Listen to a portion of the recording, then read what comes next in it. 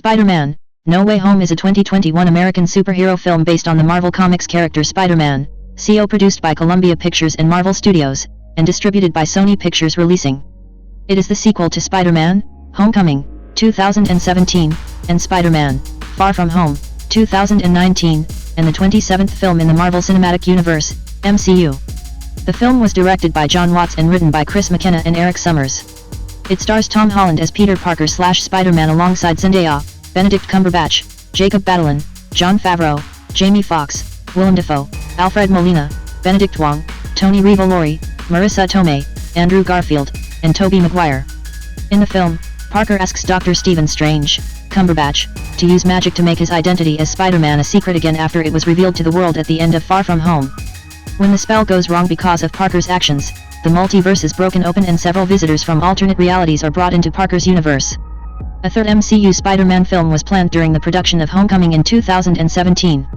Negotiations between Sony and Marvel Studios to alter their deal in which they produce the Spider-Man films together ended with Marvel Studios leaving the project in August 2019, but a negative fan reaction led to a new deal between the companies a month later. Watts, McKenna, Summers, and Holland were set to return, and filming took place from October 2020 to March 2021 in New York City and Atlanta. No Way Home serves as a crossover between the MCU and the previous Spider-Man films directed by Sam Raimi and Mark Webb. Several actors reprised their roles from those films, including previous Spider-Man actors Maguire and Garfield. The pair's involvement was the subject of wide speculation and numerous leaks despite Sony, Marvel, and the cast's efforts to conceal their involvement until the film's release. Spider-Man: No Way Home premiered at the Fox Village Theater in Hollywood, Los Angeles, on December 13, 2021, and was theatrically released in the United States on December 17, as part of Phase 4 of the MCU. The film received positive reviews from critics and grossed over $1.921 billion worldwide, surpassing its predecessor as the highest-grossing film released by Sony Pictures. It became the highest-grossing film of 2021, the sixth highest-grossing film at the time of its release, the highest-grossing Spider-Man film, and set several other box office records, including those for films released during the COVID-19 pandemic. The film received a nomination for Best Visual Effects at the 94th Academy Awards, among numerous other accolades. An extended version of the film, subtitled The More Fun Stuff version, had a global theatrical release in September 2022. An additional film trilogy with Holland is planned, beginning with Spider-Man: Brand New Day, which is scheduled for release in July 2026. Plot: after Quentin Beck frames Peter Parker for his murder and reveals that Peter is Spider-Man, the Department of Damage Control arrests Peter, his girlfriend, Michelle M.J. Jones Watson, his best friend, Ned Leeds, and his aunt, May Parker. Lawyer Matt Murdock gets Peter's charges dropped, but the group grapples with negative publicity. After Peter's, MJ's, and Ned's MIT applications are rejected, Peter goes to the New York Sanctum to ask Dr. Stephen Strange for help. Strange starts casting a spell that would make everyone forget Peter is Spider-Man, but it is corrupted when Peter repeatedly requests alterations to let his loved ones retain their memories. Strange contains the corrupted spell. At Strange's suggestion, Peter tries to convince an MIT administrator to reconsider MJ's and Ned's applications. He is attacked by Otto Octavius, who rips nanotechnology from Peter's iron spider suit. This bonds with Octavius's mechanical tentacles and allows Peter to control them. As Norman Osborn arrives and attacks, Strange teleports Peter back to the Sanctum and locks Octavius in a cell next to Kurt Connors. Strange explains that the corrupted spell summoned people from other universes within the multiverse who know Spider-Man's identity. He orders Peter, MJ, and Ned to find and capture the others. They locate and retrieve Max Dillon and Flint Marko at a military research facility. Osborn reclaims control of himself from his split green Goblin personality and destroys the Goblin mask. He gets help from May until Peter retrieves him. While discussing their battles with Spider-Man, Osborn, Octavius, and Dillon realize they were pulled from their universes just before their deaths. Strange prepares to reverse the contained spell and send the villains back to their respective universes, but Peter argues that they should first help each villain to possibly change their fates upon their return. When Strange refuses, Peter steals the spell, traps Strange in the mirror dimension, and takes the villains to Happy Hogan's apartment. He uses Stark Industries technology to cure Octavius. Before Peter can cure anyone else, the Goblin persona retakes control of Osborn. The Goblin convinces the other villains to betray Peter and fatally wounds May as Dillon, Marko, and Connors escape. Before she dies, May tells Peter that with great power, there must also come great responsibility. Ned discovers that he can create portals using Strange's sling ring, which he and MJ use to try to locate Peter. They instead find Peter 2 and Peter 3, alternate versions of Peter who were also summoned from the villains' universes by Strange's spell. The group finds this universe's Peter 1, who is mourning May and ready to send the villains home to die. The alternate Peters share stories of losing Uncle Ben and Gwen Stacy and encourage Peter 1 to fight in May's honor. The three Peters develop cures for the villains and lure them to the Statue of Liberty. Peter 1 and Peter 2 cure Connors and Marco while Octavius helps cure Dylan. Ned accidentally frees Strange from the mirror dimension. The Goblin unleashes the contained spell, breaking the barriers between universes and pulling in countless others who know Peter's identity. Strange attempts to hold them off while an enraged Peter 1 tries to kill the Goblin. Peter 2 stops him and Peter 3 helps Peter 1 inject the Goblin with his cure, restoring Osborn's sanity. Peter 1 realizes that the only way to protect the multiverse is to erase himself from everyone's memory and requests Strange do so while promising MJ and Ned that he will find them and remind them who he is. Strange reluctantly casts the spell, and everyone returns to their respective universes including Eddie Brock who unknowingly leaves behind a piece of the Venom symbiote. 2 weeks later, Peter visits MJ to reintroduce himself to her and Ned, but decides against it. While mourning at May's grave, he has a conversation with an unknowing Hogan and is inspired to carry on, making a new Spider-Man suit and resuming his vigilantism.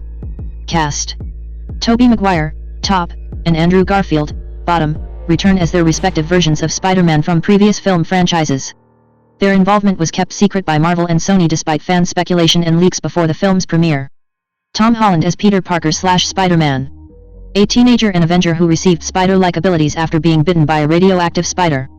4. The film explores the fallout of Spider-Man, Far From Home's 2019 mid-credits scene, in which Parker's identity as Spider-Man is exposed. 5. And Parker is more pessimistic in contrast to previous Marvel Cinematic Universe, MCU, films. Holland said Parker feels defeated and insecure and was excited to explore the darker side of the character. 6. The adjustment back to portraying Parker, including raising his voice pitch and returning to the mindset of a naive, charming teenager, was strange for Holland after taking on more mature roles such as in Cherry, 2021. 7.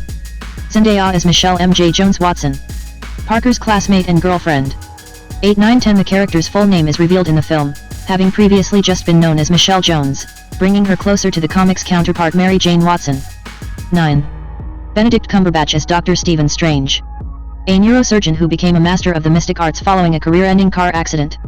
11, 12. Holland felt Strange was not a mentor to Parker, unlike Tony Stark in Spider-Man: Homecoming, 2017, but instead saw them as colleagues and noted their relationship breaks down throughout the course of the film. 13. Cumberbatch felt there was a close relationship between Strange and Parker because both are neighborhood superheroes with a shared history. 14. CO writer Chris McKenna described Strange as the voice of reason in the film. 15. Jacob Batalon as Ned Leeds, Parker's best friend. 16. 9. Batalon lost 102 pounds, 46 kilograms, for his role in this film. 17. Jon Favreau as Happy Hogan, the head of security for Stark Industries and former driver and bodyguard of Tony Stark, who looks after Parker. 18. Jamie Foxx as Max Dillon/Electro, an Oscorp electrical engineer from an alternate reality who gained electric powers after an accident involving genetically modified electric eels. 16. 19. The character was redesigned for No Way Home, foregoing his original blue Ultimate Marvel-based design from Mark Webb's The Amazing Spider-Man 2, 2014, in favor of a yellow one more similar to his mainstream comic book appearance. 20. Willem Dafoe as Norman Osborn/Green Goblin, a scientist and the CEO of Oscorp from an alternate reality who tested an unstable strength enhancer on himself. He developed an insane split personality as a result and uses advanced Oscorp armor and equipment. 21. Dafoe felt Green Goblin had advanced from his portrayal in Sam Raimi's Spider-Man, 2002, and had a few more tricks up his sleeves in this film. 22. Dafoe was digitally de-aged for the role. 23. And the character also obtains upgrades to his costume to make him more closely resemble his comic book counterpart. 22. Alfred Molina as Otto Octavius/Dr. Octopus, a scientist from an alternate reality with 4 artificially intelligent mechanical tentacles fused to his body after an accident. 24. The film continues from the character's story prior to his death in Raimi's Spider-Man 2, 2004. Molina was surprised by this approach because he had aged in the years since he made that film. Digital de-aging was also used to make him look physically the same as in Spider-Man 2. 25. The mechanical tentacles were created completely through CGI, rather than blending them with puppetry as in Spider-Man 2. 26. 23. Benedict Wong is Wong, Strange's mentor and friend who became the new Sorcerer Supreme during Strange's absence in the blip. 27. 18.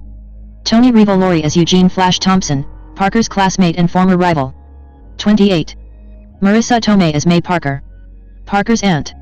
29. While developing the story, the writers realized that May would play a role similar to Uncle Ben's role in other incarnations of Spider-Man. As such, the thematic, and often paraphrasingly quoted idiom "with great power, there must also come great responsibility" is said by May. since she has been the moral guide for Parker in the MCU. 30. Andrew Garfield as Peter Parker/Spider-Man. An alternate version of Parker who is haunted by his failure to save his deceased girlfriend, Gwen Stacy, during the events of The Amazing Spider-Man 2. 31, 30, 32, 33. The other Spider-Men refer to him as Peter 3,34 while Marvel's official website named him The Amazing Spider-Man. 35. Garfield embraced his role as the middle brother of the group and was interested in exploring the idea of a tortured Parker following the events of The Amazing Spider-Man 2, including how lessons from those events could be passed to Holland's character. 30. He was grateful for the chance to tie up some loose ends for his incarnation of Parker, and described working with Holland and Maguire as an opportunity to have deeper conversations about our experiences with the character. 36. Parker ends up saving MJ during the climax in a similar way to how he fails to save Stacy in The Amazing Spider-Man 2. McKenna and CO writer Eric Summers credited director John Watts for coming up with the idea while they watched a pre-visualization reel showcasing ideas for the climactic battle. 15. Tobey Maguire as Peter Parker/Spider-Man. An alternate version of Parker who uses organic webbing instead of web shooters like his alternate counterparts. 37, 32, 33. The other Spider-Men refer to him as Peter 2,34 while Marvel's official website named him the Friendly Neighborhood Spider-Man. 35. Maguire wanted the film to reveal only minimal details about what happened to his character after the events of Raimi's Spider-Man 3, 2007. 30. Rhys Ifans reprises his role as Dr. Kurt Connors/Lizard, an Oscorp scientist from Webb's The Amazing Spider-Man, 2012, who transformed into a large reptilian monster while trying to regrow his missing arm. Thomas Hayden Church reprises his role as Flint Marko/Sandman, a small-time thief from Spider-Man 3 who received an ability to transform into sand. 21. Both Evans and Church returned to voice the characters, though footage at the end of the film when they revert to their human forms was archival footage from The Amazing Spider-Man and Spider-Man 3, respectively. 38. Watts served as a stand-in for Church on set by providing motion capture reference to the uncredited body double who physically replaced Church in the role. 39. Charlie Cox reprises his role as Matt Murdock from Marvel Television's Netflix series 40 and Tom Hardy reprises his roles as Eddie Brock/Venom from Sony's Spider-Man universe, Sue, in an uncredited cameo appearance in the mid-credits scene. 41. Reprising their roles from previous MCU Spider-Man films are Engo Yuri Rice as Betty Brant, Parker's classmate and Ned's ex-girlfriend. 42. Hannibal Buress as Coach Wilson, Midtown School of Science and Technology's gym teacher. 43. Martin Starr as Roger Harrington, Parker's academic decathlon teacher. 44. J.B. Smoove as Julius Dell, Parker's teacher. 45. J.K. Simmons as J. Jonah Jameson, the host of the Daily Bugle. 46. 47. and Gary Weeks as Department of Damage Control, DODC, Agent Foster. 48. Jake Gyllenhaal appears as Quentin Beck/Mysterio via archival footage from Far From Home. 49. Also appearing in the film are Paula Newsome as an MIT administrator. 44. Arian Moaid as DODC agent Cleary. 49. Mary Rivera as Ned's grandmother. 44. and Cristo Fernandez as a bartender serving Brock. 41. Tom Holland's brother Harry Holland was set to make a cameo as a thief, but his scenes were cut from the original theatrical release. 50. Lexi Rabe, who portrayed Stark's daughter Morgan in the film Avengers: Endgame, 2019, also had an appearance that was not included in the theatrical release. 51. Production. Development. Lead actor Tom Holland and director John Watts in 2016. During production on the film Spider-Man: Homecoming, 2017, 2 sequels were being planned by Marvel Studios and Sony Pictures. 52. In June 2017, star Tom Holland explained that each film would take place during a different year of high school for Peter Parker/Spider-Man, with the third being set during the character's senior year. 53. Marvel Studios president Kevin Feige noted in July 2019 that the third film would feature a Peter Parker story that has never been done before on film due to the ending of the second film, Spider-Man: Far From Home, 2019, which publicly reveals that Parker is Spider-Man. 54. Development on third and fourth MCU Spider-Man films had begun by August 2019, with Sony hoping Holland and director John Watts would return for both. 55. Holland was contracted to return for one more film, while Watts had completed his 2-film deal and would need to sign on for any more films. 56. 57. By then, Marvel Studios and its parent company the Walt Disney Studios had spent several months discussing expanding their deal with Sony. The existing deal had Marvel and Feige produce the Spider-Man films for Sony and receive 5% of their revenue. Sony wanted to expand the deal to include more films while keeping the same terms of the original agreement. Disney expressed concern with Feige's workload producing the Marvel Cinematic Universe, MCU, franchise already and asked for a 25-50% stake in any future films Feige produced for Sony. 55. 58. 57. Unable to come to an agreement, Sony announced that it would be moving forward on the next Spider-Man film without Feige or Marvel's involvement. Their statement acknowledged that this could change in the future, thanked Feige for his work on the first 2 films, and said they appreciated the path Feige has helped put us on, which we will continue. 58 Chris McKenna and Eric Summers were writing the screenplay for the third film by the time of Sony's announcement, after also doing so for Far From Home, but Watts was receiving offers to direct large films for other studios instead of returning to the franchise, including potentially working on a different property for Marvel Studios and Feige. 57. In September 2019, Sony Pictures Entertainment chairman Tony Vinciquerra said that for the moment the door is closed on Spider-Man returning to the MCU and confirmed that the character would be integrated with Sony's own shared universe, Sony's Spider-Man universe, SU, moving forward. Responding to backlash from fans following the announcement, Vinciquerra added that the Marvel people are terrific people, we have great respect for them, but on the other hand we have some pretty terrific people of our own. Feige didn't do all the work, we're pretty capable of doing what we have to do here. 59 However, after this fan reaction continued at Disney's biennial convention D23, and at the urging of Holland, who personally spoke to Disney CEO Bob Iger and Sony Pictures Motion Picture Group chairman Tom Rothman, 60 the companies returned to negotiations. 61 Sony and Disney announced a new agreement at the end of September which would allow Marvel Studios and Feige to produce another MCU Spider-Man film for Sony with Amy Pascal, scheduled for July 16, 2021. For Disney was reportedly co-financing 25% of the film in exchange for 25% of its profits, while retaining the character's merchandising rights. 461 Feige said he was thrilled that the character would remain in the MCU and said all of us at Marvel Studios are very excited that we get to keep working on the franchise. The agreement also allowed Holland's Spider-Man to appear in a future Marvel Studios film as well as crossing over to Sony's own shared universe 4, with the latter interaction described as a call and answer between the two franchises as they acknowledge details between the two in what would loosely be described as a shared detailed universe.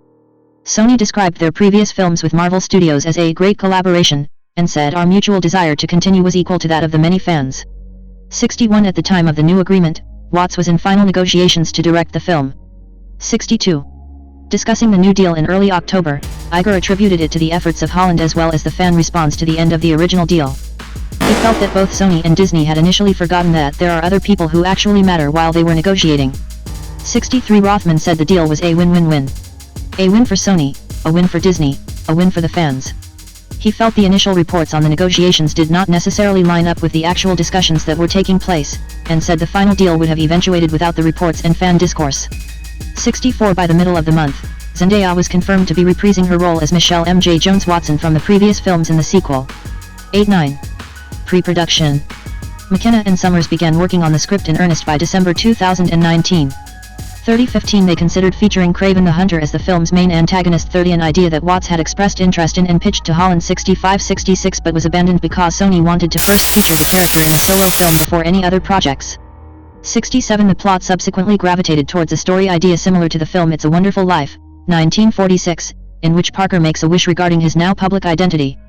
That idea introduced Dr. Stephen Strange to the story, and the duo began exploring the idea of the multiverse and potentially revisiting characters from past Spider-Man films. Initially they thought this would just be a tease for fans, but they ultimately decided to fully integrate the past characters into the plot. Summers said, once it was collectively decided that we were going to take this swing, we had to commit and we had to do what was right for the story. They optimistically wrote for all the characters they wanted in the film before those actors were confirmed to be returning. 30 initial drafts of the film included every major character from past Spider-Man films returning, but this was narrowed down because the pair felt they had bit 10 off more than they could chew. The duo worked hard to prevent the film from just being a bunch of fan service by using the returning characters to help tell Peter Parker's story instead of just creating curtain calls for everybody. 15 Norman Osborn/Green Goblin from Sam Raimi's Spider-Man trilogy was not the main villain of the film in the first version of the script, despite still appearing as an antagonist. After the film lost other characters, McKenna and Summers concluded that the Green Goblin had to be the main villain and rewrote the script to give him a second chance to replicate his actions in the film Spider-Man, 2002, but in a darker way related to Holland's version of Spider-Man. 68 America Chavez had been considered to appear in the film at one point to serve in the Sorcerer's Apprentice type role that eventually became part of Ned Leeds' role in the film. She would go on to appear in the MCU film Doctor Strange in the Multiverse of Madness, 2022. 69. By the end of 2019, filming was expected to begin in mid-2020. 70 By March 2020, McKenna and Summers were still working on the first draft of the script. 15 In April, Sony rescheduled the film's release to November 5, 2021, due to the COVID-19 pandemic. 71 Although the film was originally meant to be set after the events of Multiverse of Madness, release date changes meant the film would be released first, which meant aspects of the plot had to be rewritten. 72 Including Strange no longer having first-hand knowledge of the multiverse. McKenna felt this made it even more frightening to start fooling around with these things, because it's the fear of the unknown. 15 In June, Marissa Tomei confirmed that she would return as May Parker along with Watts as director. She was hopeful that May's work as a community organizer would be featured in the film. 29 Also in June, Charlie Cox, who portrayed Matt Murdock/Daredevil in Marvel Television's Netflix series, was contacted by Feige about reprising his role in upcoming Marvel Studios projects, starting with appearances in No Way Home and the Disney N series She-Hulk, Attorney at Law, 2022. 73-74 While working on the script, McKenna and Summers discussed the possibility of giving Murdock a larger role in the film than they had originally planned, though the duo ultimately decided against it to avoid shifting the film's focus away from Parker. 75 The next month, Holland said production was planned to take place from late 2020 to February 2021. 76, and Sony shifted the film's release date to December 17, 2021. 77 Tony Revolori was also confirmed to be reprising his role as Flash Thompson. 28 In early October, Jacob Batalon and Benedict Cumberbatch were set to reprise their MCU roles of Ned Leeds and Strange, while Jamie Foxx was set to return as Max Dillon/Electro from Mark Webb's film The Amazing Spider-Man 2, 2014, with filming beginning later in the month. 1611 Immediately prior to the beginning of filming, several other key actors in the film had yet to sign on. According to Holland, the film needed all or none of the actors to be produced. 72. Filming. Second unit filming occurred from October 14 to 16, 2020, in New York City. 78 79 80 under the working title Serenity Now. 81 79 to capture visual effects plates and establishing shots. 78 Filming occurred in the Astoria, Sunnyside, and Long Island City neighborhoods in Queens. 82 80 On October 23, filming occurred in Greenwich Village in Manhattan. 83. The production moved to Atlanta by October 25, with Holland, Batalon, and Zendaya joining for principal photography. 84 85 After Holland finished shooting the Sony film Uncharted, 2022, 2 days earlier. 86 78 87 Mauro Fiore served as cinematographer on the film. 88 Replacing Seamus McGarvey. 89 Who had to leave the production after contracting COVID-19. McGarvey also had a conflict with the film Cyrano, 2021, following the third MCU Spider-Man film's pandemic-caused production delay. 90 As principal photography was originally planned to start in July 2020. 91 92 76 Shooting in Atlanta occurred at Trilith Studios, with strict safety measures in place on the sound stages to prevent exposure to COVID-19. 93 To reduce interactions between cast and crew members on set during the pandemic, the production reportedly relied on innovative new technology that scanned actors into a visual effects system that can apply makeup and costumes to actors during post-production. 94 A light system was also in place to signal when the cast could take off their masks for filming and when masks would be required for the cast and crew members to wear while set work was being done. 95 Cumberbatch began shooting his scenes in Atlanta by late November, before beginning work on Multiverse of Madness, which began filming that month in London. 96-97 Filming ran for 7 to 8 weeks using the working titles Serenity Now and the November Project, before a break during the 2020 Christmas season. 98-87-99 By December 2020, Alfred Molina was set to reprise his role as Otto Octavius/Dr. Octopus from Raimi's film Spider-Man 2, 2004, 24 with Tobey Maguire reprising his role as Peter Parker/Spider-Man from Raimi's Spider-Man trilogy and Andrew Garfield returning as Peter Parker/Spider-Man from Webb's The Amazing Spider-Man films. 30 A cameo appearance of Maguire and Garfield alongside Holland as their respective Spider-Men had previously been considered for the Sony Pictures animation film Spider-Man, Into the Spider-Verse, 2018, but was cut then because Sony felt at that moment that it would be too risky and confusing. 100 At that time, Collider reported that Maguire and Garfield would appear in the film alongside Kirsten Dunst as Mary Jane Watson from Raimi's Spider-Man film trilogy and Emma Stone as Gwen Stacy from the Amazing Spider-Man films. 101 The first draft of the script included other characters from the Spider-Man and Amazing Spider-Man films, such as Sally Field's May Parker, but the writers felt that including too many characters would negatively affect the story.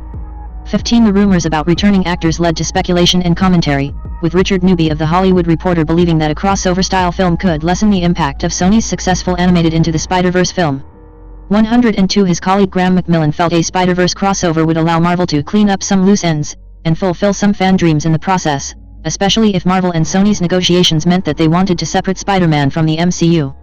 103/Films Howie Tran feared the film was becoming overcrowded and wished that Holland could lead a Spider-Man film without a bigger A-list star showing him the ropes. 104 While Adam B. Vary of Variety noted that these reports were not confirmed and questioned whether the returning actors would be making more than cameo appearances. 105 Shortly after, Holland denied that Maguire and Garfield would appear in the film. 87 Many of the actors returning from previous Spider-Man films were brought to set in cloaks to help prevent their involvements in the film from leaking. 106 Around Christmas 2020, McKenna and Summers rewrote the introductions of Maguire and Garfield as well as much of the third act in time for those actors to start filming. They had not been able to focus on those scenes earlier because they were busy during filming of much of the first and second acts in the previous months. 15. Feige confirmed in December 2020 that the film would have connections to Multiverse of Madness. 107 A month later he discussed the fact that the film's title had not yet been announced, acknowledging that it was being referred to by some as Spider-Man 3 and revealing that Marvel was referring to it as Homecoming 3 internally. 108 Cox had shot material for the film by then. 40 An Atlanta set photo indicated that the film would be set during the Christmas season. 109 Filming occurred at Frederick Douglass High School from January 22 to 24. 110-111 The next month, Holland described it as the most ambitious standalone superhero film. 98 and again denied the rumors that Maguire and Garfield would appear. 112-7 At the end of February, the film's title was revealed to be Spider-Man: No Way Home, continuing the naming convention of the past two films of featuring home in the title. 113 Filming took place at Midtown High School from March 19 to 21. 110-114 The Atlanta public school system had stopped allowing buildings in the district for use as filming locations because of the COVID-19 pandemic, but gave this film an exception since both the Frederick Douglass and Midtown schools were previously used as filming locations in Homecoming. 110 Hannibal Buress was revealed to be reprising his role as gym teacher Coach Wilson. 114 with Buress releasing a music video in August 2021 revealing that he had filmed scenes in Atlanta. 43 Holland said No Way Home had more visceral fight sequences than the previous two films, with more hand-to-hand combat. 26 Filming wrapped on March 26, 2021. 115-116 Post-production. Actors reprising their roles from earlier Spider-Man films include Willem Dafoe as Green Goblin, Alfred Molina as Dr. Octopus, Jamie Foxx as Electro, Thomas Hayden Church as Sandman, Rhys Ifans as Lizard, and J.K. Simmons as J. Jonah Jameson. In April 2021, Molina confirmed that he was appearing in the film, explaining that he had been told not to talk about his role in the film during production, but he realized that his appearance had been widely rumored and reported on. 25 later that month, J.B. Smoove revealed that he was returning as Julius Dell from Far From Home. 45 While Cox stated that he was not involved with the film. 117 In early May, Garfield denied that he had been asked to appear in the film, but later said never say never. 118-119 While Ango Yuri Rice was revealed to be returning as Betty Brant in the film, reprising her role from previous MCU media. 42 later that month, Stone denied her involvement in the film. 120. Sony Pictures Motion Picture Group President Sanford Panich acknowledged in May that there had been confusion and frustration from fans regarding the relationship between the SU and the MCU, but stated that there was a plan to clarify this. He believed it was already getting a little more clear for people as to where we're headed at that time, and added that the release of No Way Home would reveal more of this plan. Very commented that the apparent introduction of multiverse elements in No Way Home could be what would allow Holland to appear in both the MCU and the SU. 121 The official trailer for No Way Home confirmed the involvements of Jon Favreau as Harold Happy Hogan and Benedict Wong as Wong, reprising their roles from past MCU films. 18 As well as J.K. Simmons as J. Jonah Jameson from Far From Home. Simmons previously played a different version of the character in the Raimi trilogy as well. 46 It was also confirmed that the characters Electro and Green Goblin would appear in the film. 122 with the implication that this incarnation of Green Goblin would be Willem Dafoe's version from the Raimi films. 122 In September 2021, Garfield again denied he was in the film, saying, "No matter what I say, it's either going to be really disappointing for people or it's going to be really exciting." 123 Garfield later described his denials as rather stressful but also weirdly enjoyable. 124. In early October, many commentators expected Tom Hardy to reprise his roles as Eddie Brock and Venom from the SU films Venom, 2018, and Venom, Let There Be Carnage, 2021, after the Let There Be Carnage mid-credits scene showed the characters being transported from their universe, the SU, to the MCU. 125 126 127 Feige said there was a lot of coordination between the Let There Be Carnage and No Way Home teams to create the scene. 128 which was directed by Watts during the production of No Way Home. 15 Hardy ultimately appeared as Brock in the film's mid-credits scene. 41 Though there had been discussions about integrating him into the film's final battle. 15 As well as bonding Holland's Parker to a symbiote. 129 Later that month, Empire's issue on No Way Home stated that the film would include the returns of Dr. Octopus, Electro, Dafoe's Green Goblin, Thomas Hayden Church's Flint Marko/Sandman from Raimi's film Spider-Man 3, 2007, and Rhys Ifans' Kurt Connors/Lizard from Webb's film The Amazing Spider-Man, 2012. 130 Church's role in the film was originally meant to be larger, counting with a subplot of his own about Sandman's relationship with his daughter Penny, who was previously portrayed by Perla Haney-Jardine, but the COVID-19 pandemic and the script being rewritten led to his role's reduction, only providing scratch dialogue and some motion capture at a San Antonio, Texas parking lot. 131 Watts said these were still unconfirmed rumors and was in no hurry to confirm or deny appearances of the characters. 130 While Feach said the rumors were fun for fans but audiences should not expect them all to come true. 132 The film's second trailer confirmed the involvements of Dafoe, Church, and Evans.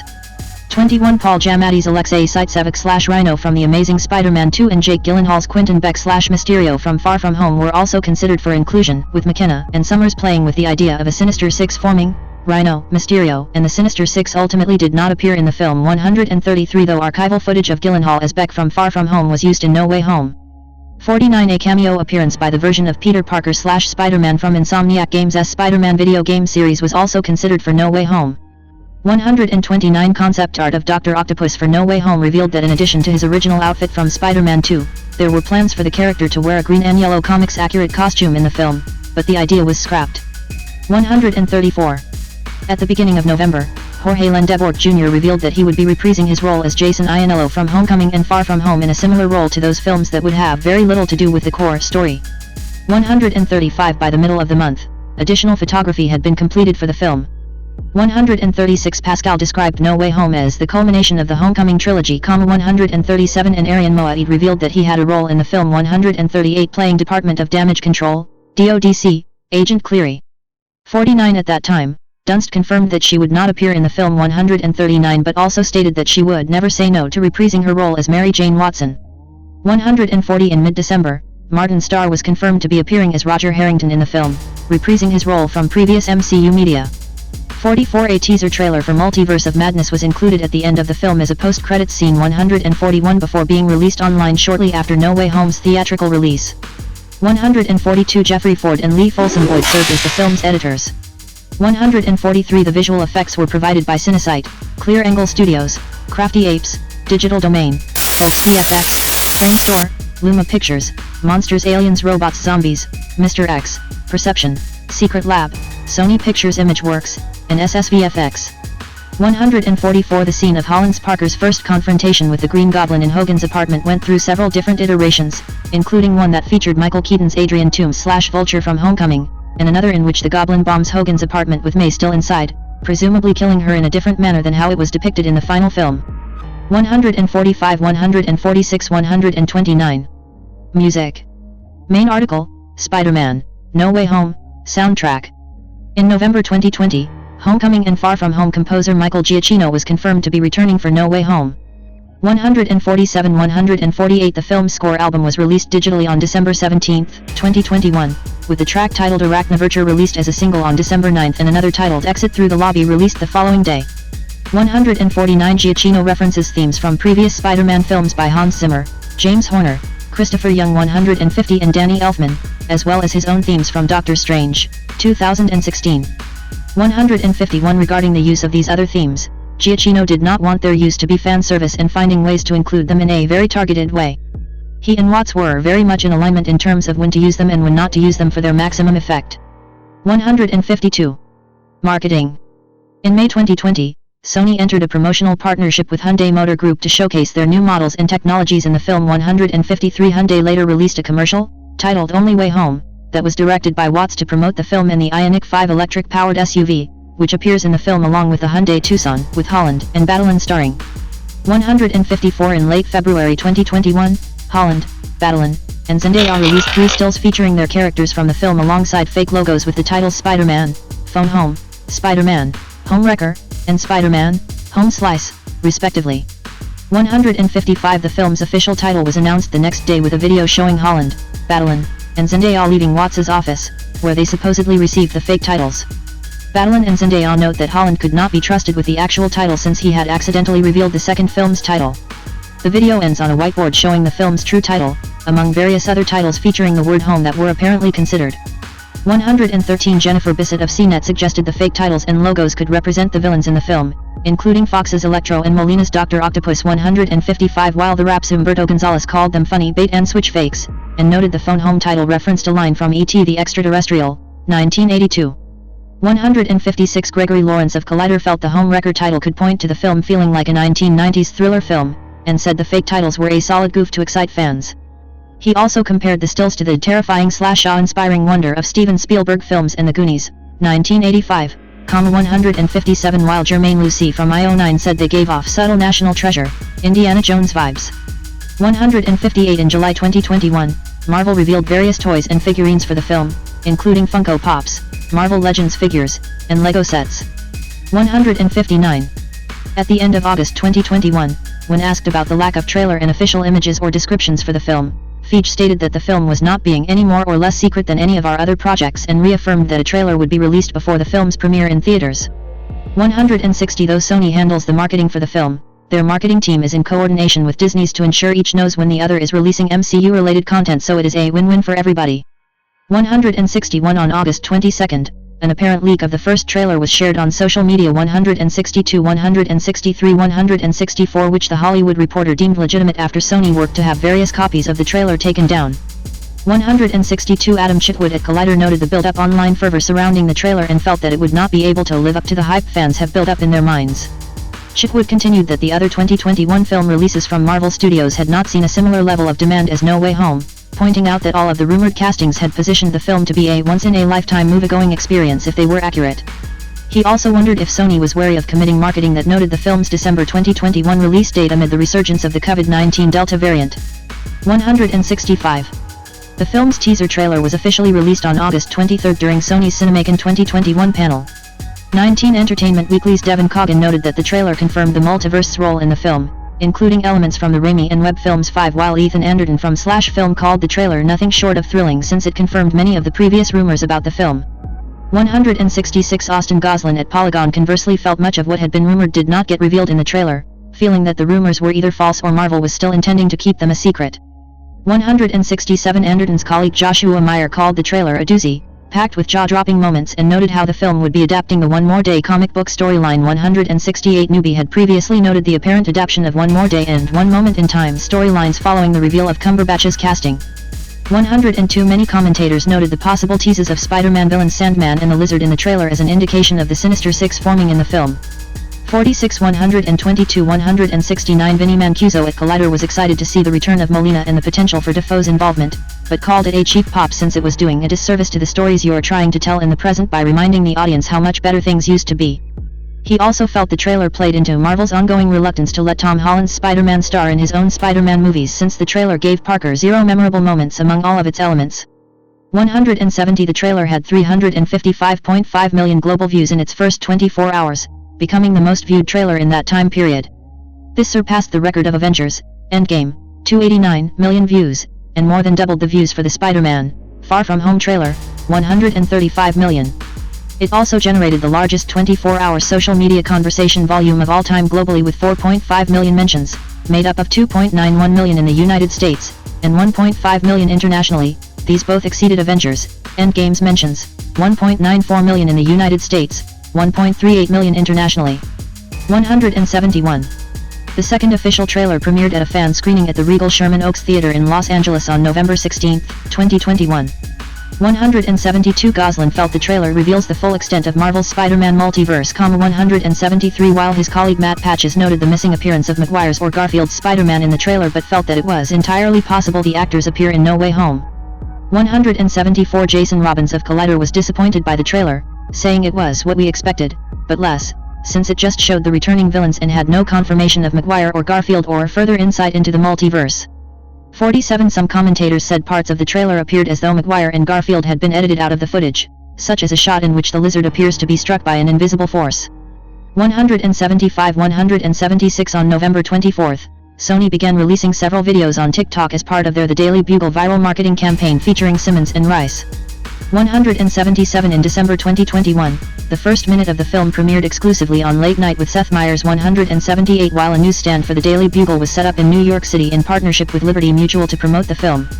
179 Other marketing partners include the video games Fortnite and PUBG Mobile, which featured special in-game Spider-Man themed props and costumes, Asus, whose Republic of Gamers, Raj, laptop is used by Ned in the film, Xiaomi, IQOO, Continental AG, and Tampico Beverages.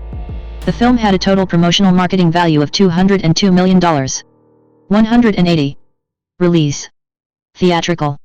Spider-Man: No Way Home had its world premiere at Fox Village Theater in Hollywood, Los Angeles, on December 13, 2021. 182 The film was released in the United Kingdom and Ireland on December 15, 183 and in the United States on December 17, where it opened in 4,325 theaters including in Real D3D 184 and IMAX and other premium large formats. 185 It was previously set for release on July 16, 2021 but was pushed back to November 5, 71 before it was further pushed back to the December 2021 date due to the COVID-19 pandemic. 77 It is part of Phase 4 of the MCU. 186.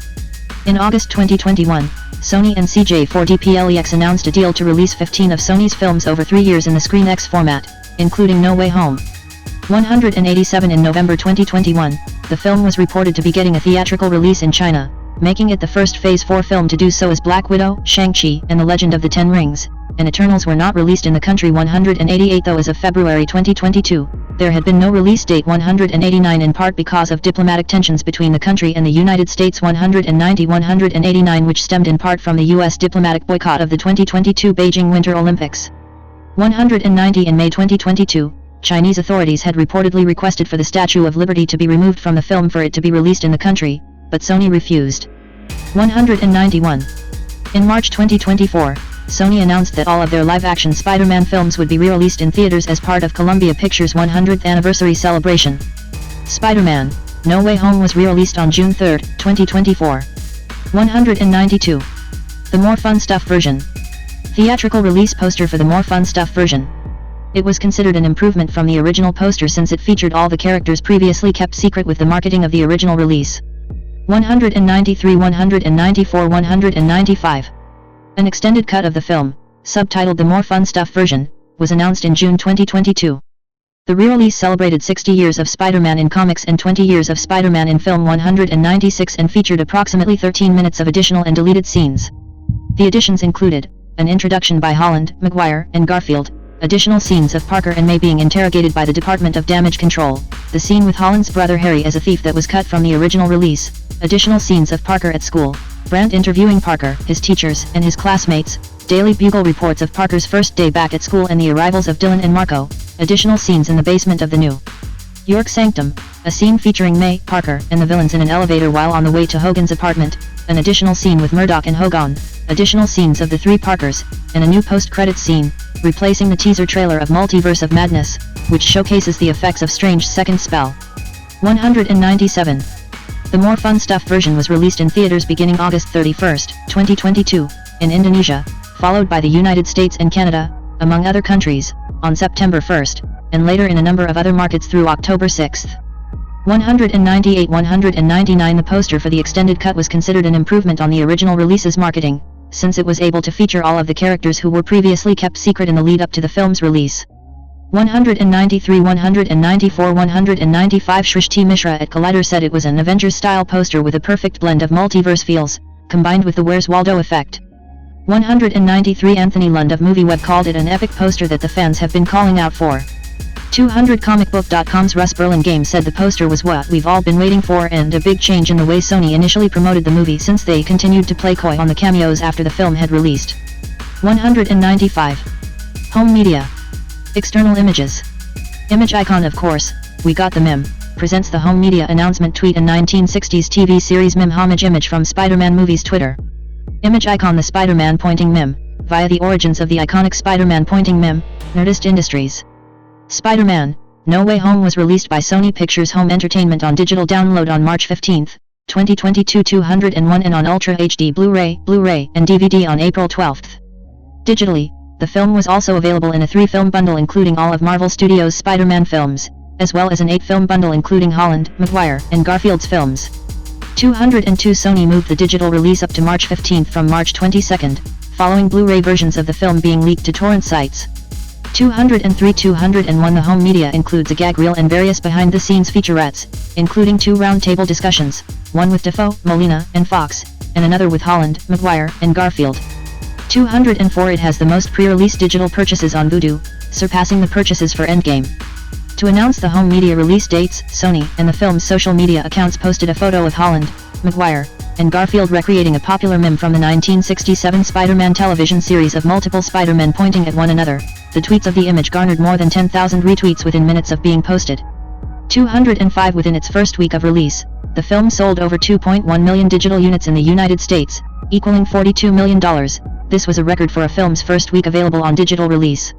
206 It was also the highest-selling film on physical media for 2022 in the US according to the NPD Group. 207. The film was released on Starz following its theatrical and home media releases, the last film released by Sony with an exclusive limited streaming video on demand, SVOD, release on Starz. Following films would be released on Netflix after their theatrical and home media releases, through 2026. 208-209 Additionally, Sony signed a deal with Disney in April 2021 giving the latter access to Sony's legacy content, including past Spider-Man films and Marvel content in the SU, to stream on Disney and Hulu and appear on Disney's linear television networks. Disney's access to Sony's titles to be released from 2022 through 2026 would come following their availability on Netflix. 210-211 In February 2022, Sony expanded their pre-existing deal with Warner Media for making their films available on HBO Max and HBO across Central and Eastern Europe, which included No Way Home. 212 The More Fun Stuff version was released by Sony Pictures Home Entertainment on digital on October 18, 2022, as Spider-Man, No Way Home Extended Cut. 213 When it also began streaming on Starz. 214. Reception. Box office. Spider-Man, No Way Home grossed $814.9 million in the United States and Canada, and $1.107 billion in other territories for a worldwide total of $1.921 billion. 3. It became the highest-grossing film of 2021. 215 The sixth highest-grossing film of all time. 216 The third highest-grossing film in the United States and Canada. 217 The highest-grossing Spider-Man film, and the highest-grossing film released by Sony. 218 No Way Home is also the first film since Star Wars, The Rise of Skywalker, 2019, to gross over $1 billion. 219 becoming the third fastest to reach that milestone and the first to do so during the COVID-19 pandemic. 220 It surpassed Jumanji, Welcome to the Jungle, 2017, to become Sony Pictures' highest-grossing film in North America. 218 Based on a final projected worldwide gross of $1.75 billion, a figure that was surpassed, Deadline Hollywood estimated the film's final net profit at $610 million, accounting for production budgets, marketing, talent participations, and other costs versus box office grosses and home media revenues. 221 It returned the global revenue of Cineworld, the world's second-largest cinema operator, to 88% of 2019 levels. 222. In the United States and Canada, No Way Home earned $121.85 million, which included $50 million from its Thursday night previews, on its opening day, becoming the second highest opening film after Endgame, $157.4 million, and the highest opening film for a December release. In its opening weekend, it grossed $260 million, surpassing Infinity War, $257.7 million, to become the second highest domestic box office opening of all time. 223 As of January 9, 2022, an estimated 54.4 million people have seen No Way Home in theaters in the United States and Canada. 224 The film remained at the top of the box office for 3 additional weekends until it was dethroned in its 5th weekend by Scream. 225 226 224 227 In its 6th weekend of release, No Way Home reclaimed the top spot at the box office. 228 The film once again held onto the number 1 spot in its 7th weekend of release. 229 In March 2022, the film surpassed $800 million in the United States and Canada, becoming the third film to do so after Star Wars, The Force Awakens, 2015, and Endgame.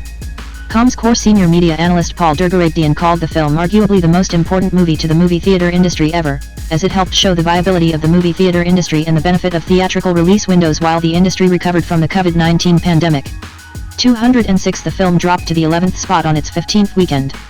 230 No Way Home returned to first place at the box office, earning $1.8 million on the first day of the release of the More Fun Stuff version. 231 and went on to finish third with $6.5 million over the 4-day Labor Day weekend, finishing behind Top Gun, Maverick, 2022, and Bullet Train, 2022. 232 It was the highest opening weekend box office gross for a re-released MCU film, surpassing Endgame, $5.5 million, and Far From Home, $4 million. 233. No Way Home earned $43.6 million from 15 markets on its opening day, with Sony holding the best opening day record in South Korea, the United Kingdom, Mexico, Italy, and Taiwan. In South Korea, the film grossed $5.28 million on its opening day, thereby beating Far From Home's opening day in the country by over 11% and the biggest day one figure for any film during the pandemic. In the United Kingdom, the film beat No Time to Die's opening box office record at £7.6 million, $10.1 million. 234 in India, the film's box office on its opening day was $320 million, equivalent to $360 million or $4.2 million in 2023, to $345 million, equivalent to $390 million or $4.6 million in 2023, beating Endgame and the Indian film Suryavanshi, 2021. 235 in its 5-day opening weekend, the film grossed $340.8 million from 60 markets. 236 in Latin America as of January 16, 2022, it became the all-time highest grossing film in Mexico, $72 million, and the second all-time highest in Brazil, $50.4 million, Central America, $12.6 million, and Ecuador, $7.9 million.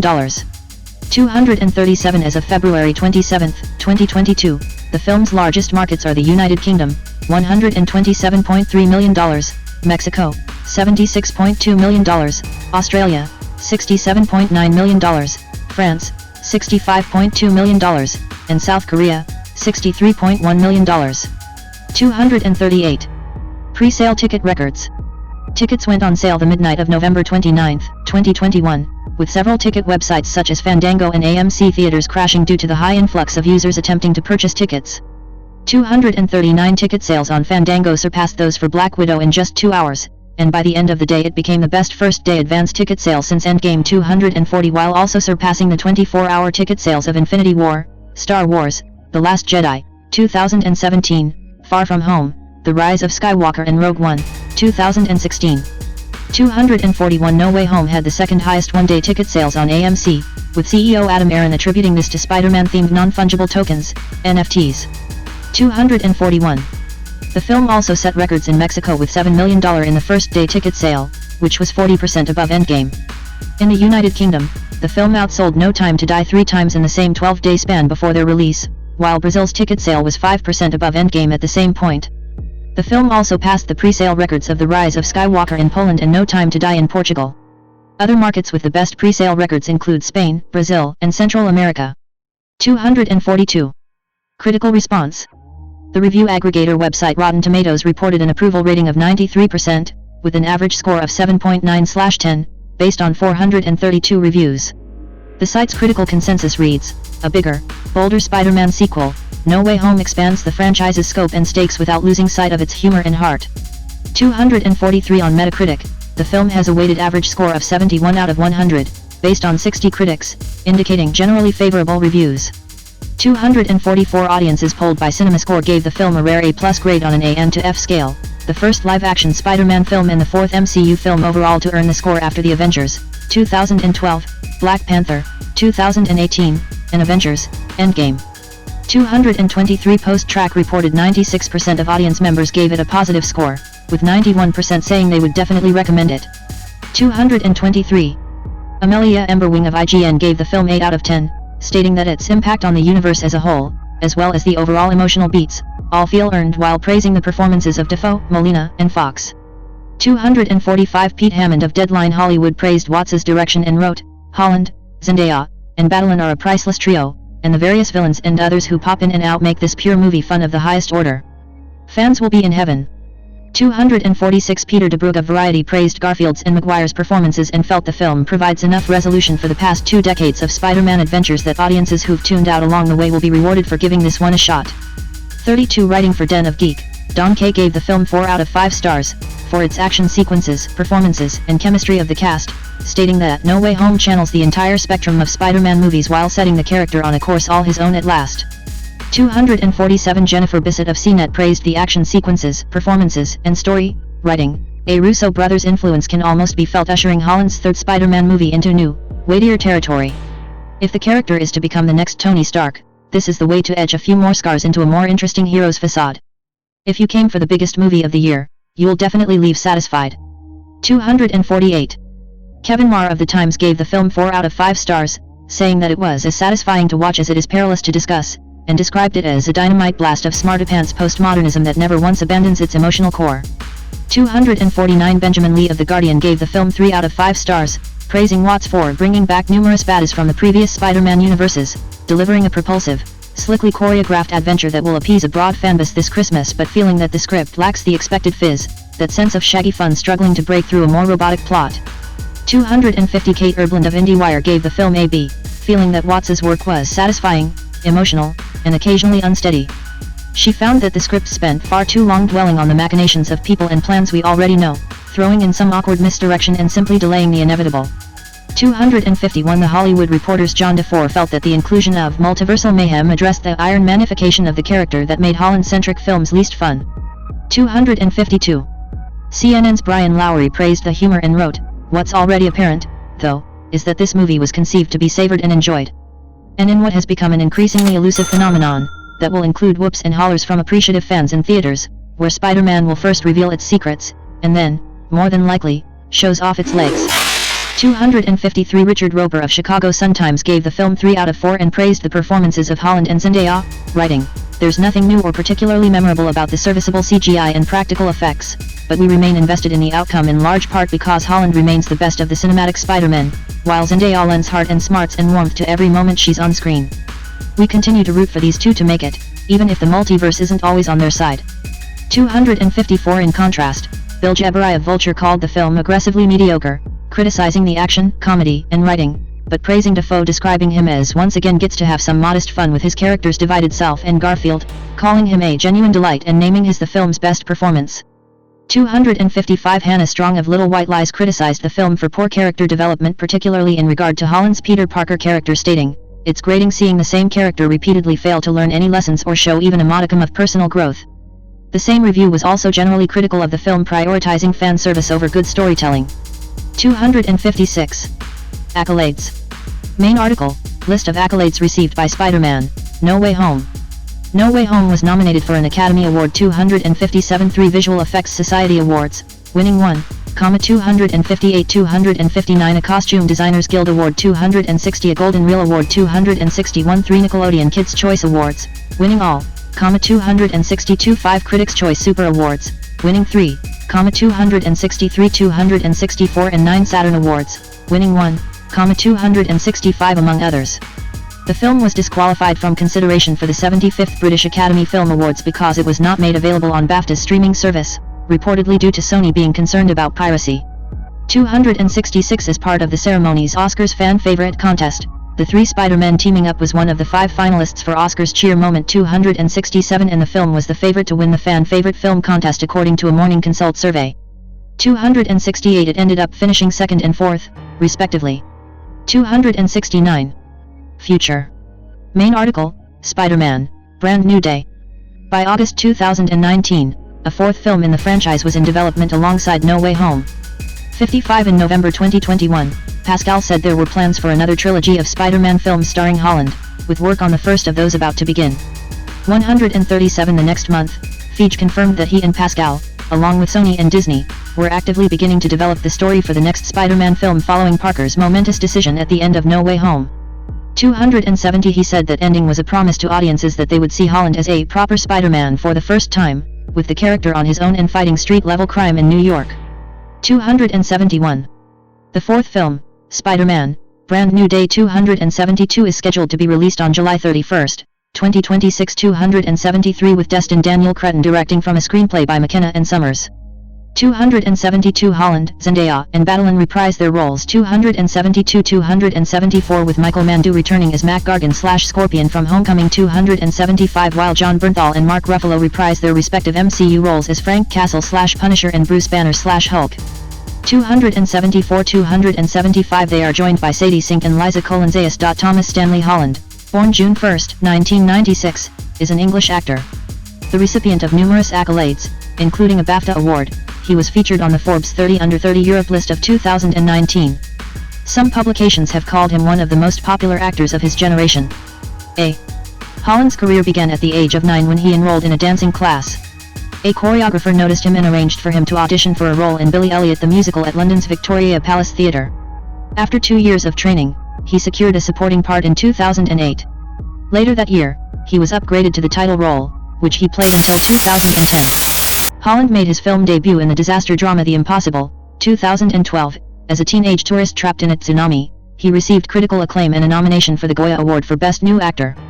Holland then decided to pursue acting as a full-time career, appearing in How I Live Now, 2013, and playing historical figures in the film In the Heart of the Sea, 2015, and the TV miniseries Wolf Hall, 2015.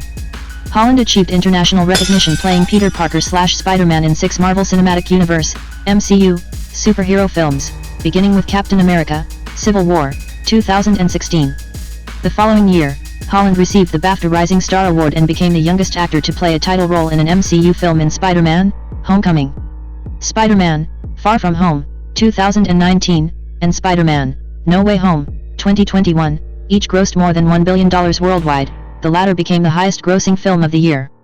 Holland played another action film role in Uncharted, 2022, and also expanded to play against-type roles in the crime dramas The Devil All the Time, 2020, and Cherry, 2021.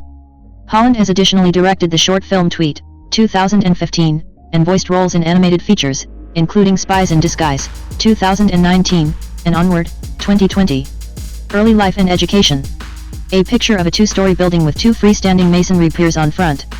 The Brit School for Performing Arts and Technology in Selhurst in South London, which Holland attended. Thomas Stanley Holland was born on June 1, 1996 in Kingston upon Thames, in southwest London, to photographer Nicola, née Frost, and comedian-author Dominic Holland. 6. He has 3 younger brothers. 7. His paternal grandmother was Irish from County Tipperary of Southern Ireland and his paternal grandfather was Manx from the Isle of Man. 8, 9, 10. He lives in Kingston upon Thames, near the house of his parents and younger brothers. 11. As his parents have creative professions, he is often inspired by them. 12. He considers his father a role model who has unofficially worked as his manager due to his experience in the industry. 13. 14. Holland was educated at Donhead Preparatory School, an all-male Catholic preparatory school in Wimbledon, in the Merton Borough of southwest London. 15. When he was 7, he was diagnosed with dyslexia. His parents sent him and his brothers, to avoid making them feel neglected, to a private school so he could get the necessary attention. Although Holland liked the new school, this started to drain his family's finances. 16. 17. Holland attended Wimbledon College, a voluntary-aided Jesuit comprehensive school. 18. Followed by the Brit School for Performing Arts and Technology in the Selhurst area of Croydon. 19. Growing up, Holland considered several career choices. As a child, he was a fan of Janet Jackson's songs, and often danced to them. His mother signed him up for a dancing class advertised in the private school Holland was visiting at the time. 16. 17. In his teens, Holland briefly attended carpentry school in Cardiff, Wales. 20. He also considered becoming a primary school teacher, as he enjoys being around children. 14. Career. See also, List of roles and awards of Tom Holland. 2006-2015, early stage work and film debut. 3 young boys are performing cheerfully. Holland, Center, performing at the 5th anniversary of Billy Elliot the Musical at the Victoria Palace Theatre in 2010. At age 9, Holland began dancing at a hip-hop class at Nifty Feet Dance School in Wimbledon, where he performed with his school group at the 2006 Richmond Dance Festival. There, he was spotted by choreographer Lynn Page, an associate to Peter Darling, choreographer of Billy Elliot the Musical. Page arranged an audition for Holland, where the musical's director Stephen Daldry thought that he had great potential and was a very natural actor. 21. After 2 years of training in ballet, tap dancing and acrobatics. 13. Holland won the role of Michael Caffrey, the protagonist's best friend, and made his debut performance at the West End's Victoria Palace Theatre in June 2008. 22. During his time performing in the musical, Holland learned gymnastics. 23. Holland says when his peers at school found out about his dancing activities, they started bullying him. 17.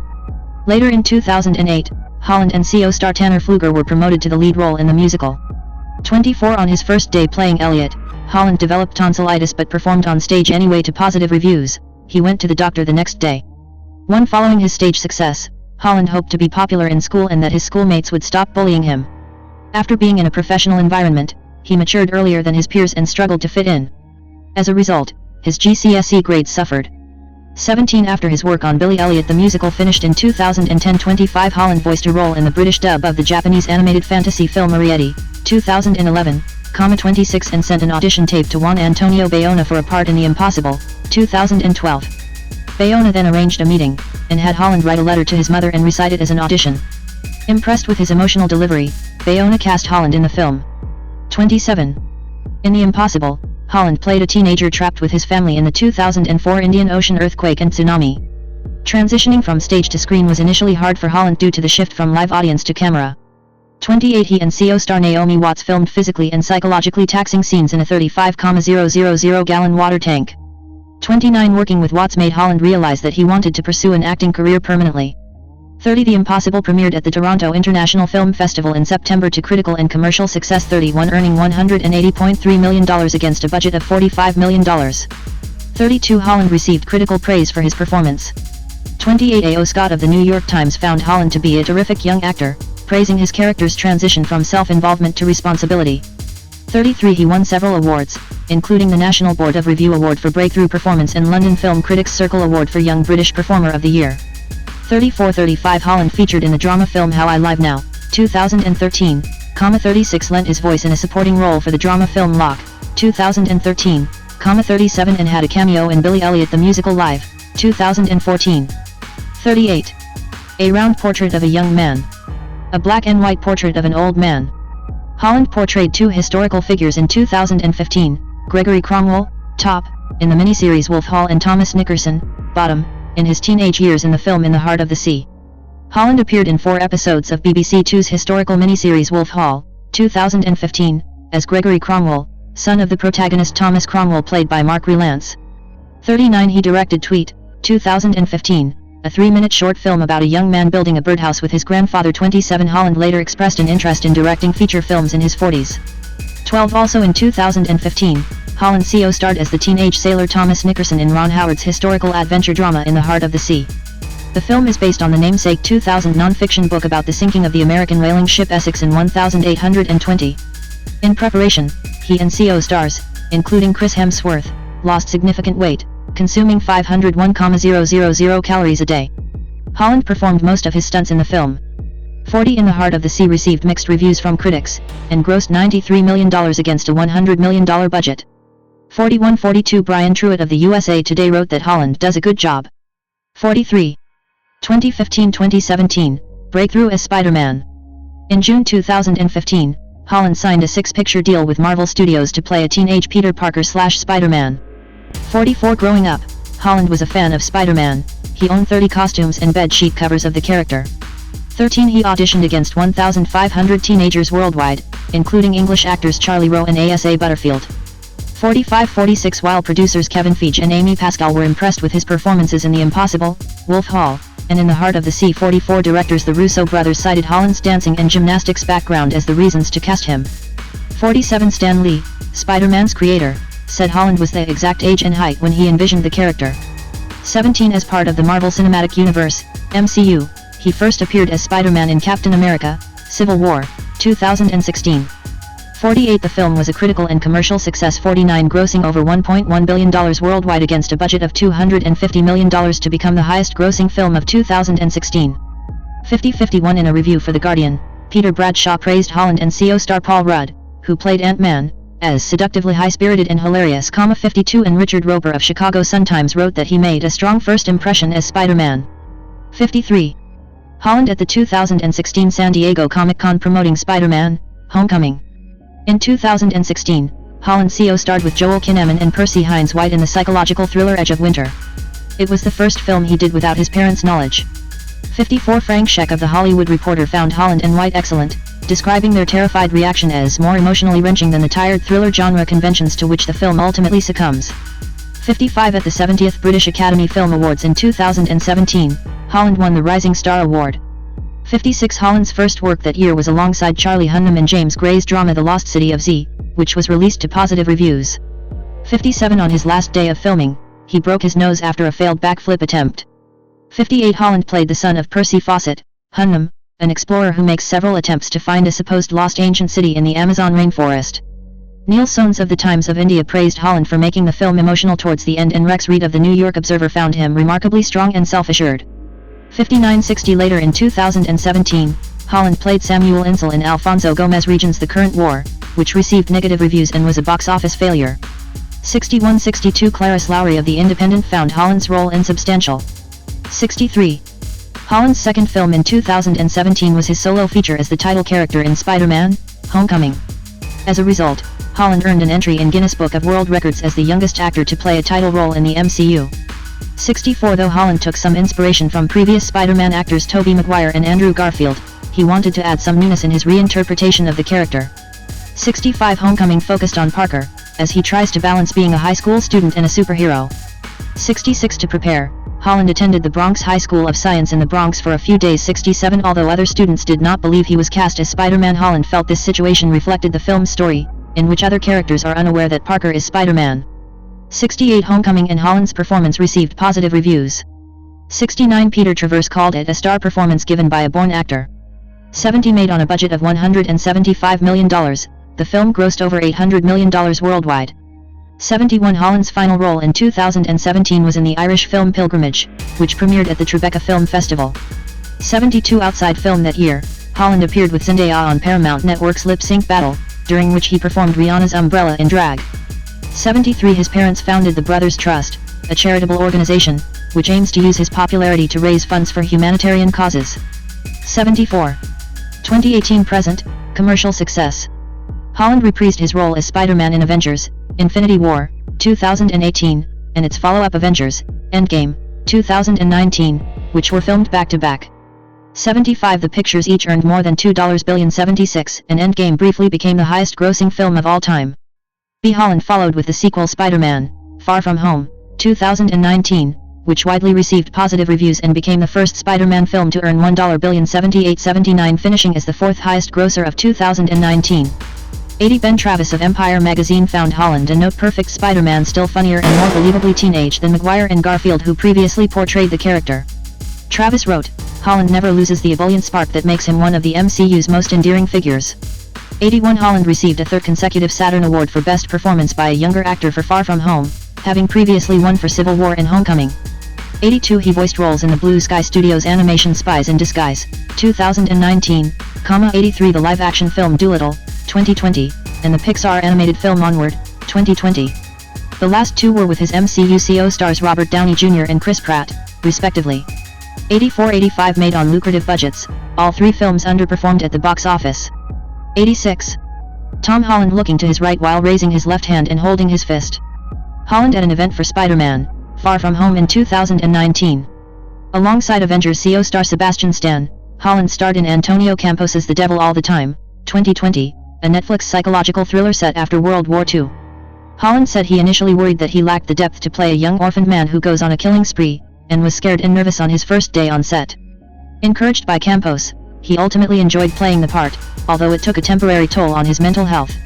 87 Campos praised Holland's effort to learn Southern American English for the role, described his acting process as methodical, thoughtful, and sensitive, 88 and called him a kind person. 88 Critics from IndieWire and Roger Ebert's website opined that despite the film's failed script, Holland gave a convincing performance and showed his range as an actor. 89-90 By November 2020, the film was the 22nd most watched straight-to-streaming title of the year, according to a Variety report. 91. Holland starred in 3 films that were released in 2021. His first, the crime drama Cherry, is based on the 2018 novel by American author Nico Walker, and reunited him with Avengers directors Russo brothers. 92 He played a college student with post-traumatic stress disorder, PTSD, after enlisting in the army, and robs banks to finance his drug addiction. In preparation for the role, Holland shaved his head and interviewed military veterans undergoing treatments for substance abuse and PTSD. 30 He also lost 30 pounds, 14 kilograms, of weight, then regained it after filming. 93 The film was released in cinemas in February and digitally on Apple TV and in March. 94 Consensus among critics was that the film enabled Holland to broaden his horizons as an actor, but it had a formulaic story. 95 This was echoed by Owen Gleiberman of Variety, who further noted that Holland proved his skills as an actor and demonstrated a range of indulgent looks and moods. 96 Holland next played alongside Daisy Ridley as a young man living on a planet called New World in Chaos Walking, an adaptation of Patrick Ness's best-selling science fiction series of the same name. The film was delayed due to several reshoots in early 2019, which added $15 million to its budget, bringing its cost to $100 million. 97 Chaos Walking failed to recoup its budget and received poor reviews. 98-99 David Rooney of The Hollywood Reporter found the chemistry between Holland and Ridley lackluster, and Christian Holub of Entertainment Weekly noted his failed attempt to break away from roles similar to Spider-Man. 100-101 In November 2021, Holland voiced Percy Pig in a series of advertisements for Marks & Spencer's Christmas food specials. 102 The following month, Holland reprised his role as Peter Parker in the sequel Spider-Man, No Way Home.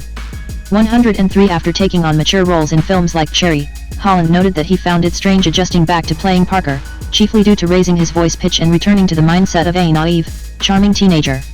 104 He described No Way Home as the most ambitious standalone superhero movie ever made. 30 Despite its release during the COVID-19 pandemic, No Way Home quickly emerged as the highest-grossing film of 2021 and the sixth highest-grossing film of all time. It also became the first film since 2019 Star Wars: The Rise of Skywalker to earn more than $1 billion at the box office. 105 No Way Home became the highest-rated Spider-Man film on the online database IMDb and the review aggregator Rotten Tomatoes. 106 Wendy Ide of The Guardian wrote that the film delivers an overflowing, funnel web cornucopia of treats for Spider fans and attributed Parker's continuing appeal to his endearing, puppyish enthusiasm. 107 The Times Kevin Marr opined that Holland owns every inch of the role and casts his web and captures your heart. 108. Discussing his future as Spider-Man after No Way Home, Holland told GQ in 2021 that he was doubtful about reprising the role, especially after he turns 30 in 2026. He expressed a desire to see a live-action Spider-Man film with Miles Morales as the protagonist, whereas Amy Pascal spoke of wanting Holland to continue playing the role. Holland began the following year with an investment in Dog Pound Gyms 109 and a starring role as a young Nathan Drake, a charismatic fortune hunter, in the film adaptation of Naughty Dog's Uncharted video game series. 110 In preparation for scenes where his character is bartending, Holland worked shifts at the Chiltern Firehouse, a pub in London. Though the filming was delayed due to the COVID-19 pandemic, Holland continued to eat and train for the role.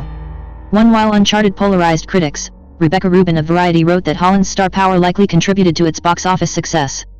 112 In a mixed review for his performance, Brian Tallarico of Roger Ebert's website labeled him miscast, writing that Holland has the agility but quite simply lacks the weight and world weariness needed for the role. 113. Holland next executive produced and starred in the Apple TV and miniseries The Crowded Room, 2023, inspired by the 1981 non-fiction novel The Minds of Billy Milligan, in which he played a character based on Billy Milligan. 114 It was met with negative reviews. 115 San Francisco Chronicle's Bob Strauss dismissed it as another one of Tom Holland's serious projects that's hard to take seriously. 116 Nevertheless, he earned a nomination for the Critics' Choice Television Award for Best Actor in a Movie/Miniseries. 117 Holland said that the role proved to be too emotionally taxing for him, and that he would take a year off work to recover. 118 He made a return to the stage as Romeo in Jamie Lloyd's West End revival of Romeo and Juliet, which ran for 12 weeks from May 2024. 119 Critics had mixed opinions on the play and Holland's performance. 120. In 2024, Holland created his own production company, named BILLY17, and landed a deal with Sony Pictures. 121 Among his upcoming films, he will star in Christopher Nolan's film The Odyssey, an adaptation of the epic poems Odyssey written by Homer.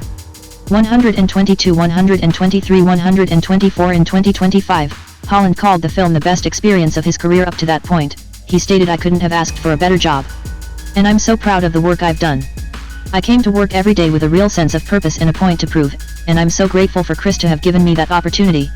125 Holland will then star in the fourth Spider-Man film, Spider-Man: Brand New Day. 126. Public image. Tom Holland is looking directly towards the camera. Holland in an interview with MTV in 2018. Nadia Kamamai of The Guardian said that Holland's cheeky British charm, vulnerability, and wit has made him the object of infatuation on the internet. 13 Jonathan Dean of The Sunday Times considered him to be poised and professional, but also so confident and personable, and took note of his maturity despite boyish wiriness.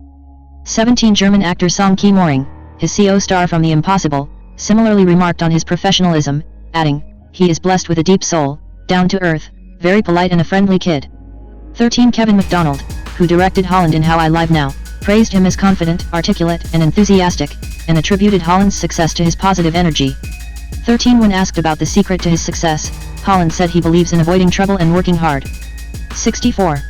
Holland appeared on Screen International's UK Stars of Tomorrow 2012, 127 in The Hollywood Reporter's Next Gen 2015, a list of promising newcomers in film.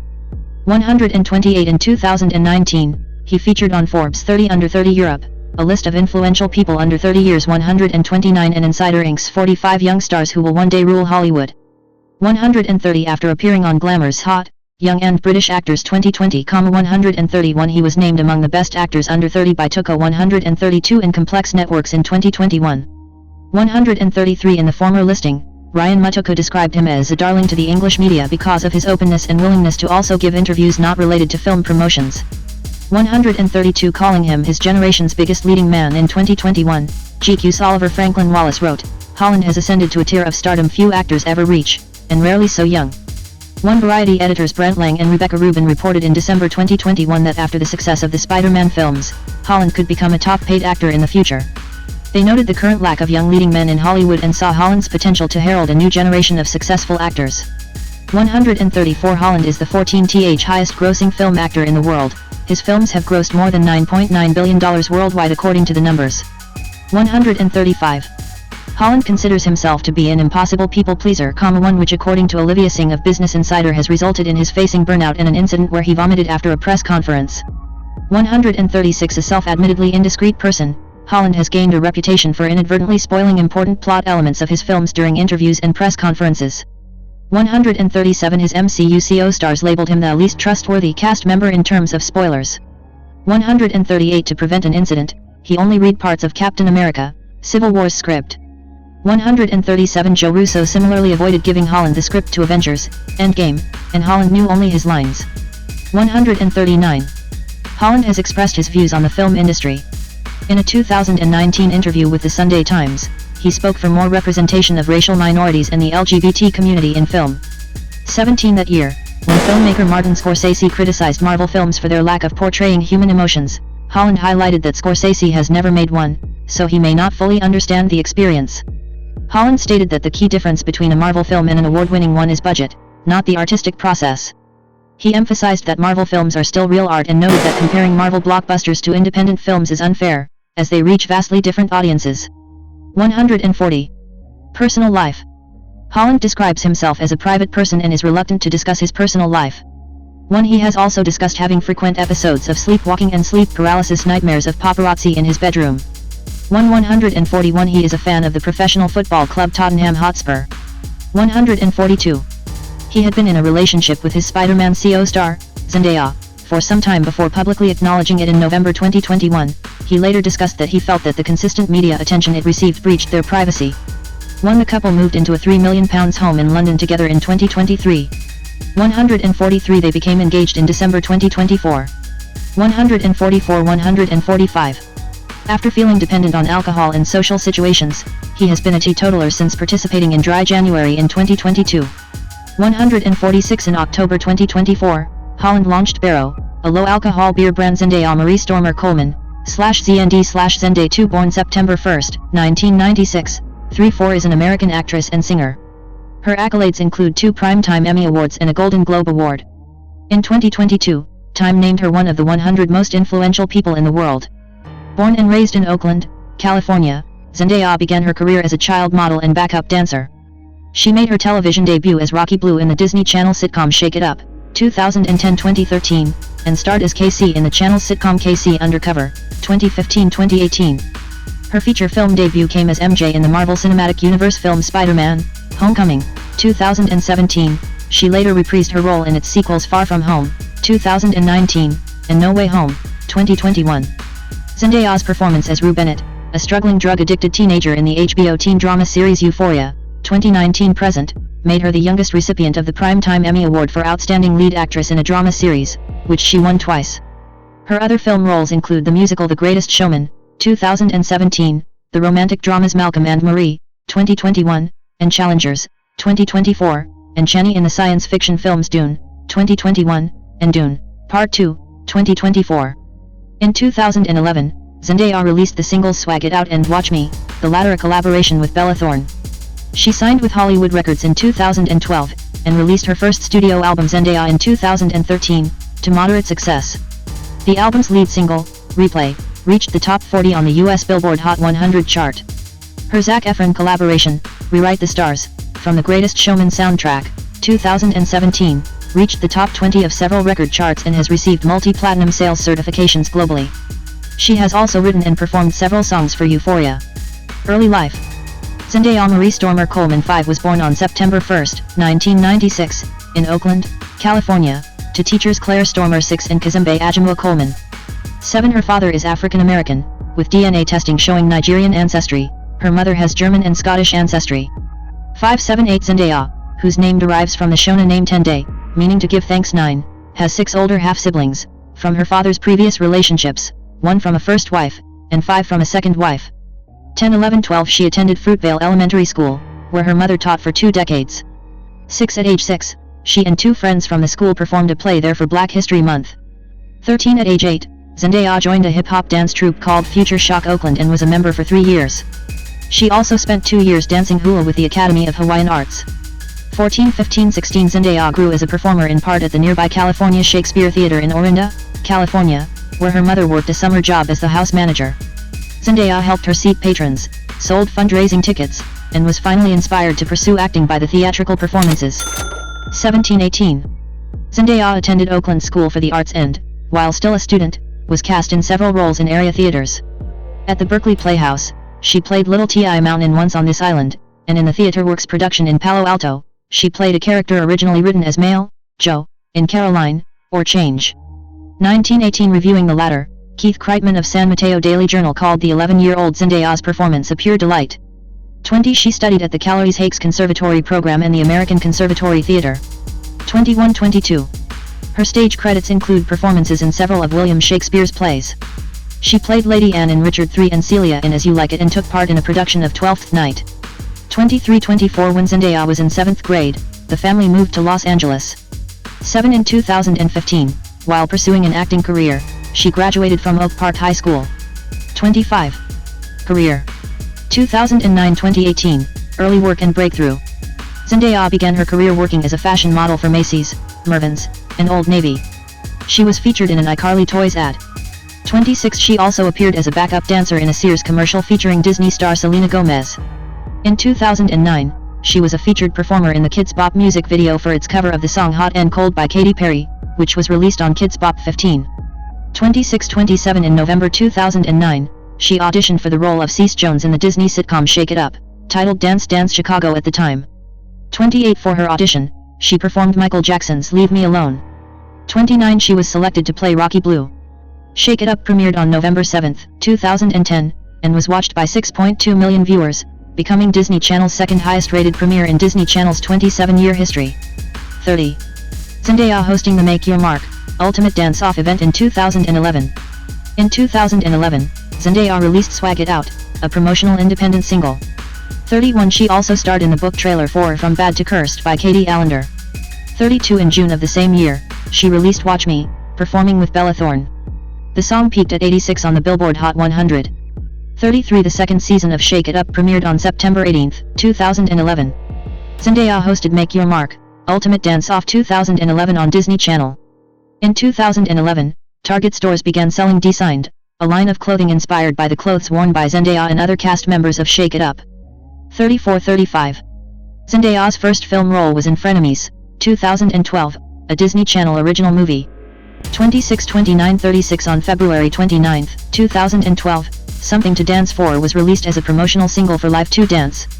For the soundtrack, Zendaya also recorded 3 other songs, Made in Japan, Same Heart, and Fashion Is My Kryptonite, released as promotional single. In June 2012, Shake It Up was renewed for a third and final season. 37 On September 2, 2012, she signed to Hollywood Records.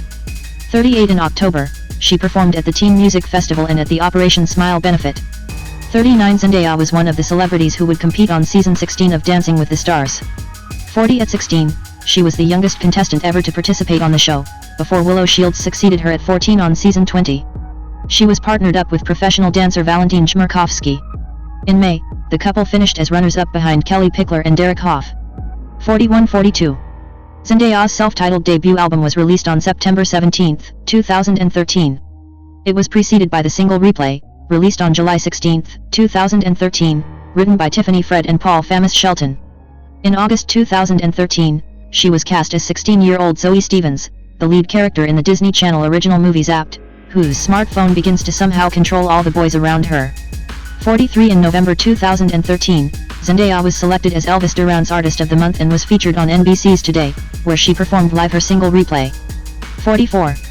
Zendaya was next cast as the lead in a Disney Channel pilot called Super Awesome Katie. 45 It was ordered to series by Disney Channel in May 2014, with the series now under the title KC Undercover, and with Zendaya's character now named KC Cooper rather than Katie Cooper.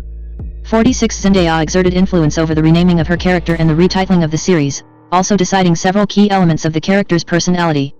47 KC Undercover premiered on Disney Channel on January 18, 2015, 48, and was renewed for a second season in May 2015. 49 in 2014, Zendaya was a guest judge on an episode of Project Runway, Under the Gun. In the episode, the contestant designers were given the challenge of creating an outfit for Zendaya to wear in an upcoming concert performance. 50-51. In February 2015, after a joke made by Juliana Rancic concerning Zendaya, in reference to her hair smelling of patchouli oil and weed at the 87th Academy Awards 52, Zendaya promptly took to Instagram to address the remark and point out that many successful people have locks, a hairstyle that has nothing to do with drugs. Mattel honored Zendaya with her own Barbie, replicating her Oscars look. 53. The doll belongs to Mattel's Barbie Sheroes project, which honors inspirational living women. 54, 55, 56, 57. The following month, musician Timbaland confirmed that he was working with Zendaya on her second album, following her switching record labels from Disney to Republic. 58, 59. Something New, featuring Chris Brown, was released on February 5 via Hollywood Records and Republic Records. The song also marks it as her first official release since signing to Republic Records. 60. In December 2016, she appeared as a guest judge in the season finale of the 15th season of the reality television series Project Runway. 61.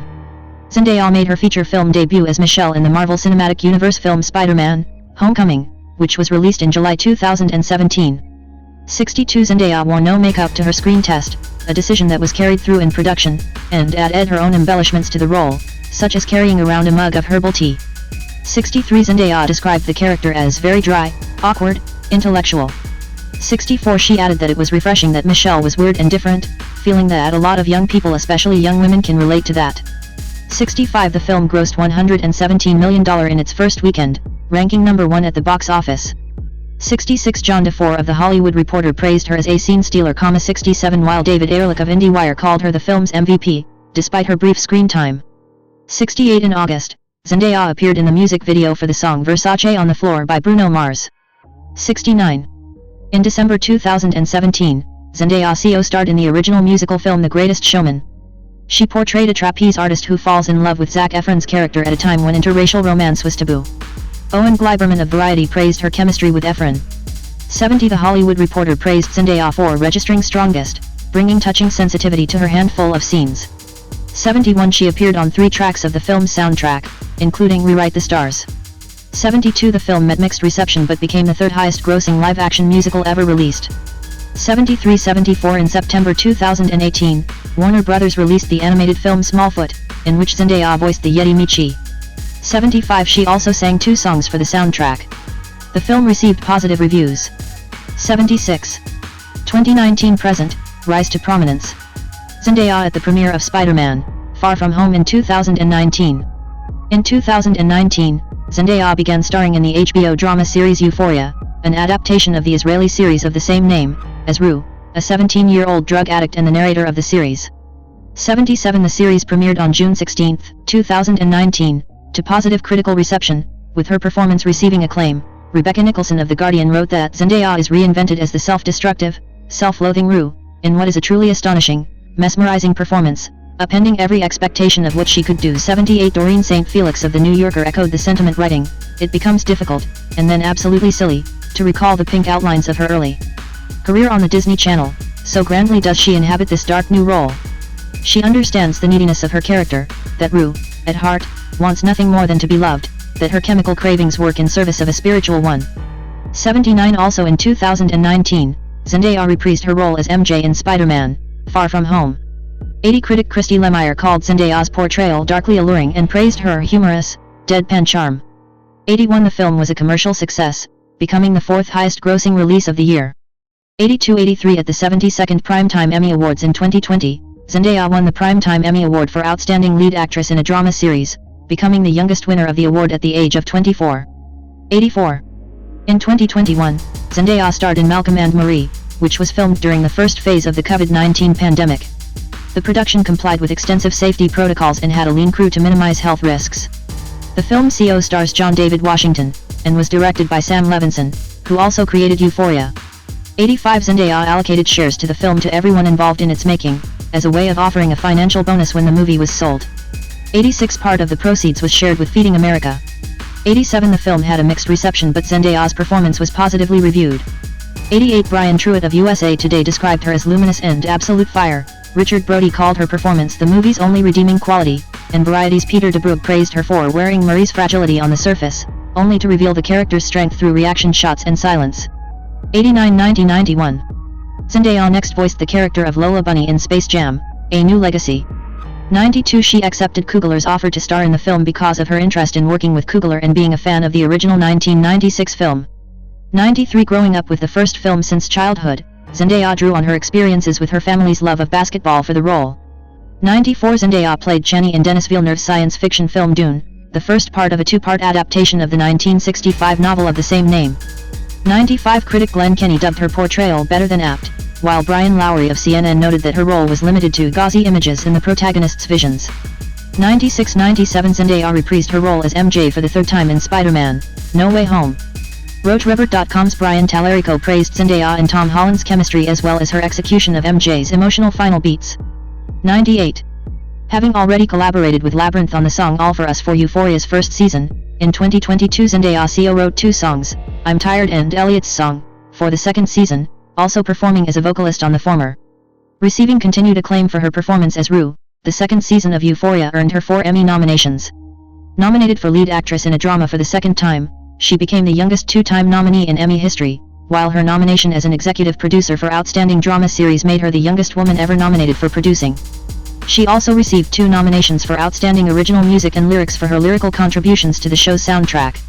99. In 2023, Zendaya won the Golden Globe Award for Best Actress Television Series Drama at the 80th Golden Globe Awards and received a Screen Actors Guild Awards nomination for her work in Euphoria. 100. 101. Zendaya and CO star Timothy Chalamet promoting Dune, Part 2 in 2024. Zendaya made an appearance in Elvis Mitchell's documentary Is That Black Enough for You? 102. During the second weekend of Coachella 2023, she joined Labyrinth in a surprise performance of All For Us and I'm Tired, which marked her first return to the stage in 8 years. 103. 104. She was featured on the opening song The Feels of Labyrinth's third album Ends and Begins.